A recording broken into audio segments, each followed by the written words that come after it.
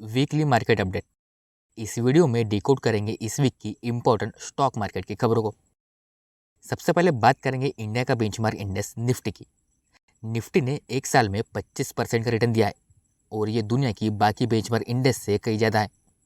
यानी कि हम कह सकते हैं कि इन्वेस्टर इंडिया की ग्रोथ में बुलिश है। आपको पता होगा निफ्टी का जो एवरेज रिटर्न है 12 से 14% से आसपास रहता है। मतलब जब से निफ्टी बना है तब से लेके अब तक निफ्टी का एवरेज रिटर्न 12 से 14% तक के रहा है और इस साल में निफ्टी ने 25% का रिटर्न दिया है। निफ्टी और बाकी इंडेक्सेस को कंपेयर किया जाए तो सबसे पहले निफ्टी आता है जिसने 25% का रिटर्न दिया है। उसके बाद S&P 500 जिसने 22% का रिटर्न दिया है। नैस्डैक ने 21% का रिटर्न दिया है। डो जोन्स ने 18% का रिटर्न दिया है। जापान का निक्की ने 11% का रिटर्न दिया है और साउथ कोरिया का जो कोस्पी है वो माइनस में चल रहा है, -1% का रिटर्न दिया है। तो वही अगर हम हांगकांग की बात करें तो हांगकांग का हैंगसेंग ने 5.5% के आसपास यानी कि निगेटिव रिटर्न दिया है और इसी पीरियड में हमारे इंडिया के सेंसेक्स ने 22% का रिटर्न दिया है। अब नज़र डालते हैं आईपीओ पर। इस हफ्ते दो बड़े और पॉपुलर आईपीओ आए हैं जिनका नाम है पीएन गाडगिल ज्वेलर्स और बजाज हाउसिंग फाइनेंस। दोनों ही आईपीओ अब क्लोज हो चुके हैं। तो पहले आईपीओ की बात करते हैं, पीएन गाडगिल ज्वेलर्स। जैसा कि नाम से पता चलता है कंपनी सिल्वर, गोल्ड, प्लैटिनम और डायमंड के ज्वेलरीज बनाती है। ये आईपीओ उस समय आया है जब गोल्ड अपने ऑल टाइम हाई पे था। आईपीओ का जो प्राइस बैंड था वो 456 रुपये से लेके 480 रुपये तक था। इसका इशू साइज 1100 करोड़ का था और इसके लिए मिनिमम इन्वेस्टमेंट 14,880 रुपये का था। आईपीओ अब क्लोज हो चुका है और 18 सितंबर को मार्केट में डेब्यू करेगा। दूसरा आईपीओ ये सबसे पॉपुलर आईपीओ है जिसका नाम है बजाज ग्रुप का बजाज हाउसिंग फाइनेंस। इसने आईपीओ के अब तक के सारे रिकॉर्ड तोड़ दिए। आपको बताता हूँ जीडीपी का 1% पैसा ब्लॉक था सिर्फ इस आईपीओ को अप्लाई करने के लिए। बजाज ग्रुप के बाकी कंपनी भी शेयर मार्केट में लिस्टेड है जैसे कि बजाज फाइनेंस, बजाज फिनसर्व और बजाज होल्डिंग। बजाज हाउसिंग केवल हाउसिंग को फाइनेंस करता है और इसका आईपीओ का प्राइस बैंड बहुत कम था। ये भी एक कारण था कि इन्वेस्टर आईपीओ में पैसा लगा रहे थे। इसका प्राइस बैंड 66 रुपये से लेके 70 रुपये का था और इसका जो इशू साइज था वो 6,560 करोड़ का था। इसके लिए मिनिमम इन्वेस्टमेंट लग रहा था 14,980 रुपये का। आईपीओ 11 सितंबर को क्लोज हो चुका है और 16 सितंबर को स्टॉक मार्केट में ये लिस्ट होने वाला है। तीसरा, अब सेक्टर्स को देखते हैं। एफएमसीजी सेक्टर में काफ़ी ग्रोथ देखने को मिल रही है। निफ्टी एफएमसीजी अपने ऑल टाइम हाई पे पहुंच गया है और ये हाई पे हाई बनाया जा रहा है। 3 महीने में 16% ऊपर जा चुका है और आगे और ऊपर जाने की पॉसिबिलिटी बताई जा रही है। एफएमसीजी ग्रोथ के पीछे का कारण बताया जा रहा है कि कंजम्पशन में ग्रोथ हो रही है। इस साल मॉनसून नॉर्मल रहा है जिसकी वजह से प्राइस में ज़्यादा फ्लक्चुएट नहीं हुई है। नॉर्मल मानसून होने की वजह से रॉ मटेरियल की प्राइसेस कम हुई है। एफएमसीजी को सबसे ज़्यादा ग्रोथ ग्रामीण इलाकों से मिल रही है। ग्रामीण एरिया में कंजम्पशन ज़्यादा बढ़ा है। इसका मेन कारण है कि FMCG company door to door campaign कर रही है, कई ऑफर्स लेकर आ रही है और कुछ प्रोडक्ट को स्मॉल पैक साइज में ला रही है जिससे कि मार्केट को और अच्छी तरीके से कैटर किया जाए। और अभी इंडिया में फेस्टिव सीजन स्टार्ट हो चुके हैं, एफएमसीजी को और बूस्ट मिल सकता है। एफएमसीजी में सबसे बड़ा प्लेयर जो है इंडिया में हिंदुस्तान यूनिलिवर है जिसका 30 से 40% का सेल ग्रामीण इलाकों से आता है। वही ऑटो सेक्टर की बात करें, इनके अच्छे दिन शायद अब शुरू हो सकते हैं। आपको पता होगा ऑटो सेक्टर कुछ खास परफॉर्म नहीं किया, शोरूम से गाड़ियाँ ही नहीं बिक रही है। ऑटो सेक्टर की ग्रोथ इंडिया के लिए बहुत मायने रखती है क्योंकि इंडस्ट्री 20 लाख करोड़ की है और पूरे जीएसटी कलेक्शन में ऑटो सेक्टर 15% तक का कंट्रीब्यूट करता है। रिसेंटली ऑटोमोबाइल इंडस्ट्री में हुए स्टडी की मान के चले तो फेस्टिव सीजन में डिमांड बढ़ने के चांसेस ज़्यादा है। दिवाली तक टू व्हीलर, पैसेंजर व्हीकल और मीडियम और हैवी कमर्शियल व्हीकल की डिमांड बढ़ने की एक्सपेक्टेशन ज़्यादा है।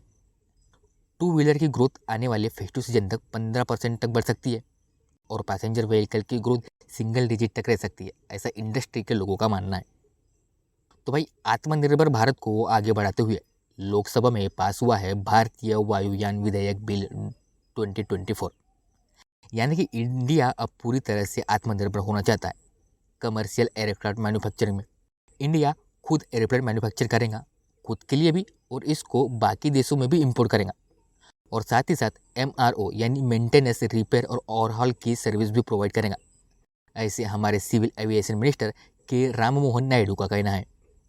एक एक्ट था एयरक्राफ्ट एक्ट 1934, जो अब तक 21 बार अमेंडमेंट हो चुका है। इसी को रिप्लेस करके ये नया एक्ट लाया गया, वायुयान विधेयक बिल 2024। और आपको बता दूं कि 24 घंटे में इंडिया में 4.5 लाख से भी ज़्यादा लोग उड़ान भरते हैं। इसमें ग्रोथ अभी देखने को मिल रही है। कोविड के समय में जब ट्रैवलिंग बंद हो चुकी थी, उसके बाद जब लॉकडाउन खुला, धीरे धीरे चीज़ें ठीक होने लगी। एविएशन की ग्रोथ भी शुरू हो चुकी है। जो डोमेस्टिक ट्रैवलर है वो प्री कोविड से ज़्यादा की ग्रोथ देखने को मिल रही है और आगे और भी ग्रोथ देखने का अनुमान लगाया जा रहा है। और म्यूचुअल फंड इंडस्ट्री के बारे में बताता हूँ। म्यूचुअल फंड इंडस्ट्री के तो अच्छे दिन चल ही रहे हैं। म्यूचुअल फंड इंडस्ट्री में भारी ग्रोथ हो चुकी है। उनका AUM यानी कि asset under management 65 lakh crore रुपए पहुंच चुका है, जो कि एक ऑल टाइम हाई है और ये आगे भी बढ़ता रहेगा, ऐसा इंडस्ट्री के लोगों का मानना है। अगस्त महीने में इक्विटी म्यूचुअल फंड 3% से ग्रोथ किया है, सिर्फ एक महीने में। और सबसे ज़्यादा डिमांड में रहे हैं वो स्मॉल कैप फंड और मिड कैप फंड।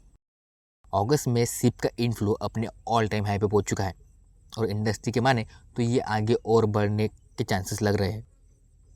तो बात फाइनेंशियल ईयर 24-25 की करेंगे कोल सेक्टर की, तो कोल सेक्टर में 5.5% से भी ज़्यादा की ग्रोथ देखने को मिली है। मिनिस्ट्री ऑफ कोल ने डाटा रिलीज करके बताया देश का टोटल कोल आउटपुट 411 मिलियन टन पे पहुंच गया है, जो पिछले साल सेम इसी पीरियड में 388 मिलियन टन था, जो कि 5.5% से बढ़कर 411 मिलियन टन हो चुका है। और जो सबसे बड़ा प्लेयर इंडिया में कोल सेक्टर का है वो है, आप सब लोग जानते ही है, कोल इंडिया लिमिटेड। अकेले कोल इंडिया ने 311 मिलियन टन का आउटपुट किया है, जो कि लास्ट ईयर सेम पीरियड में 302 मिलियन टन का था, यानी कि 2.5% से भी ज़्यादा का इंक्रीज हुआ है। तो कोल का प्रोडक्शन बढ़ रहा है। तो स्टॉक्स की बात करते हैं, स्टॉक स्पेसिफिक की बात करते हैं। 2 स्टॉक है जिनके बारे में हम अभी बात करेंगे और बहुत ज़्यादा पॉपुलर स्टॉक है। पहला है सुजलॉन एनर्जी। सुजलॉन एनर्जी अपने 52 हफ्ते के हाई को टच कर दिया है और ये लगातार अपर सर्किट मारे जा रहा है। इसका मेन कारण ये है कि जो स्टेट ओन कंपनी है NTPC ग्रीन एनर्जी, उसने सुजलॉन एनर्जी को 1166 मेगावाट का प्रोजेक्ट दिया गया है। और साथ ही सुजलॉन ने अपने जो रियल एस्टेट प्रॉपर्टी है जो कि पुणे में है, उसको लीज में देकर बेचने का भी फैसला किया है, जो कि आने वाले 5 साल में सुजलॉन कंपनी को 440 करोड़ रुपए मिलेंगे। इसी वजह से सुजलॉन की जो प्राइस है वो अपर सर्किट लगाए जा रहे हैं। दूसरा शेयर है वोडाफोन आइडिया। वोडाफोन और आइडिया के शेयर 14% तक क्रैश कर गए थे इस फ्राइडे को, क्योंकि गोल्डमैन सैक्स ने 83% उसको डाउनग्रेड किया था। यानी कि गोल्डमैन सैक्स का मानना है कि वोडाफोन आइडिया का जो प्राइस अभी चल रहा है, उन्होंने टारगेट दिया है ₹2.5 का, ये और 83% डाउन जाने के चांसेस है, ऐसा गोल्डमैन सैक्स ने बताया है। और जैसे ही ये खबर आई, वोडाफोन आइडिया के शेयर 14% तक क्रैश कर गए। और ठीक इसी खबर के बाद जो उनके एक प्रोमोटर हैं, जिनका नाम आपने तो सुना ही होगा, कुमार मंगलम बिरला, ये प्रमोटर है VI के, यानी कि आइडिया पहले इन्हीं का था, अब ये वन ऑफ द प्रोमोटर है कुमार मंगलम बिरला। तो जैसे ही शेयर क्रैश कर दिया 14%, कुमार मंगलम बिरला ने 2 करोड़ के आसपास के शेयर VI के खरीद लिए। अब आप सोचिए कि कोई भी प्रोमोटर अपने कंपनी के शेयर कब खरीदता है और कब बेचता है। वो खरीदता तब है जब उसको लगता है कि आगे हम कंपनी में कुछ कर पाएंगे, उसको रिवाइव कर पाएंगे या ग्रोथ कर पाएंगे, और बेचता तब है जब उनके पास कोई प्लान नहीं होता। कुमार मंगलम बिरला ने 2 करोड़ के आसपास के शेयर खरीद के कम से कम इन्वेस्टर को ये तो बताया है कि आगे उनका कंपनी के रिवाइव करने के चांसेस ज़्यादा है और वो अपना पूरा ध्यान कंपनी को ग्रोथ में लगाएंगे।